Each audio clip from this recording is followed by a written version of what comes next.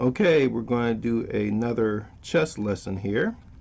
This will be our 5th game. We're looking at how beginners can progress to intermediate players. 3, 2, 1, work. That's our clock, so we got 10 minutes. Pawn to king 4, and actually I'm playing white. The other side is black. I'm playing against the computer on the beginner level. And computers are pretty good for this. The response is e6, which is a French defense, a very solid defense. And just like we talked about in the principles, what you're to do is take total control of the center if your opponent will give it to you. Basic opening principle. And black responds with a counterattack in the center. And he signals that he's not just going to give you the center, he's going to fight back. Developing your piece and defending your pawn. He takes off the pawn, you take it back. Now white has a piece in the center of the board. And right now it's all main line of the French defense.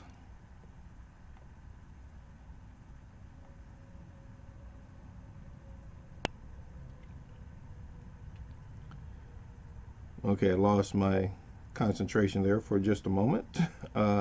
Black responds, he's also developing a piece. Now, if white chooses not to take the black knight, he has to defend his own knight. And that's what white decides to do. Defends the position of the white knight in the center and also develops his own bishop while allowing himself the opportunity to castle. Black develops and allowing himself the opportunity to castle. So far all the moves are within basic opening principles. Now I played bishop to f4. I'm not sure if that's appropriate given this position, but for the level of play that I'm trying to explain, it's good enough. White is developing his queen's bishop to a very open diagonal right now. My thinking was if that pawn should move to c6, I want to have control over that total diagonal.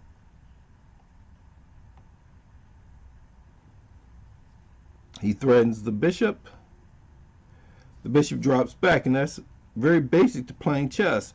Identify what the basic threat is, make sure you defend that, then try to identify more complicated threats that your opponent may have in mind. But first you gotta defend the basic threats. Don't give away pieces.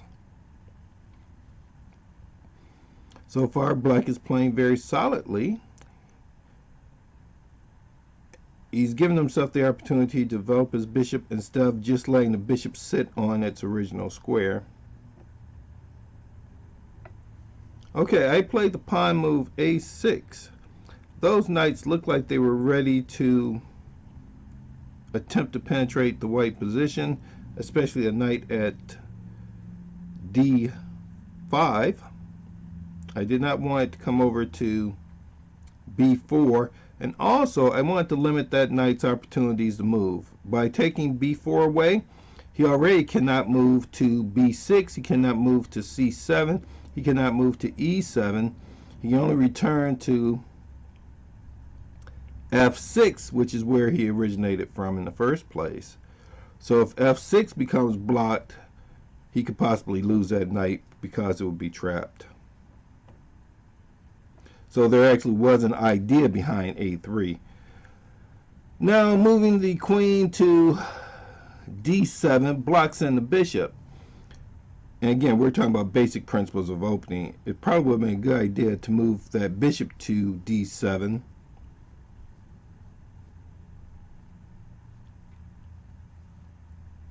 And then possibly to c6 and then allow your queen to step up. But from this point, it'll be interesting to see how he develops that queen bishop that's currently at c6, if he develops it at all. This was my idea when I pushed a3, to see where that knight was going to go, since he has very limited opportunities. And if he does go back to f6, the idea is that white has control over many central squares with the pawn at c4. I guess I should be pointing this out. With pawn at c4 and pawn at d4. White is taking a whole lot of real estate. And this happens a lot in beginner games. They do not identify the basic threat and moves on to attempting to threaten something else. Right now he's threatening my pawn at b2, but I'm threatening his knight. That knight is worth a lot more than a pawn. And this is the other thing that happens. And you gotta try to pursue the opportunities to play stronger players, because weak players tend to make your game weaker because you don't have to put forth a whole lot of effort to beat them in the first place. So instead of taking off the knight, which I clearly saw, I just defended my pawn, and now he has to worry about both of the knights, because my next move is going to be against the knight at a4 if he doesn't do anything about the knight at d5.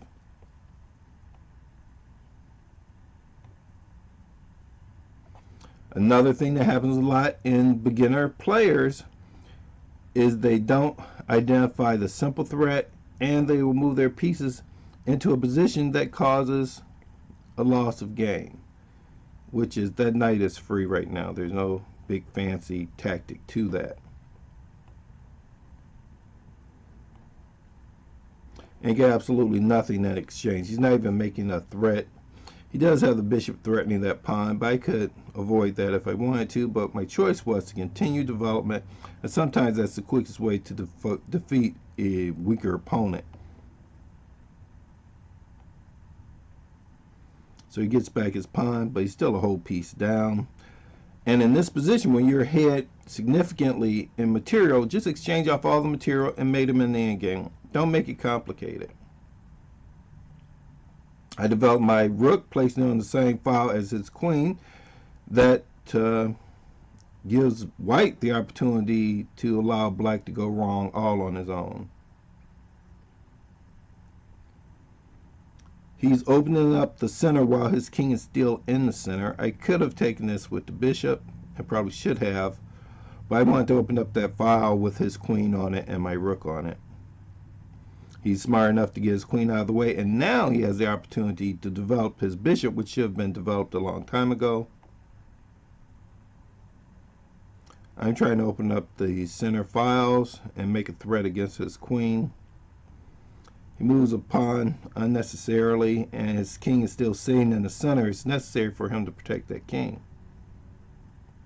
I'm attacking his queen, hoping that he'll bring my pawns back together even further down the board. I had the opportunity to take his bishop, but that would have been just the exchange of piece. By taking the pawn at c7, I win the rook.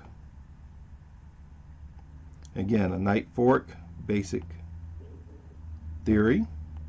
Now he could have taken the knight back with his knight, but he doesn't. Instead, he loses another piece by unprotecting his knight. Beginners don't look deeply into the position, or at least you want to look deeper. And in essence here, it's not looking at all.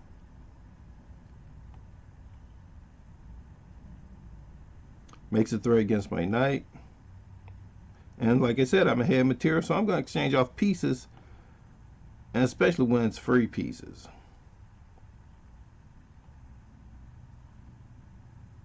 I'm lining up my queen and my rook, so when I uncover them by playing my bishop off, it should be very significant. He threatens my queen. I take the check that allows for either a significant number of pieces to come off the board, or black is not going to be able to avoid checkmate. Now the queen is threatening to escort the pawn down to e8. The rook is just given away, but I don't even take it. I keep the pressure on. And he's threatening to become a queen. Black really isn't doing the necessary calculations.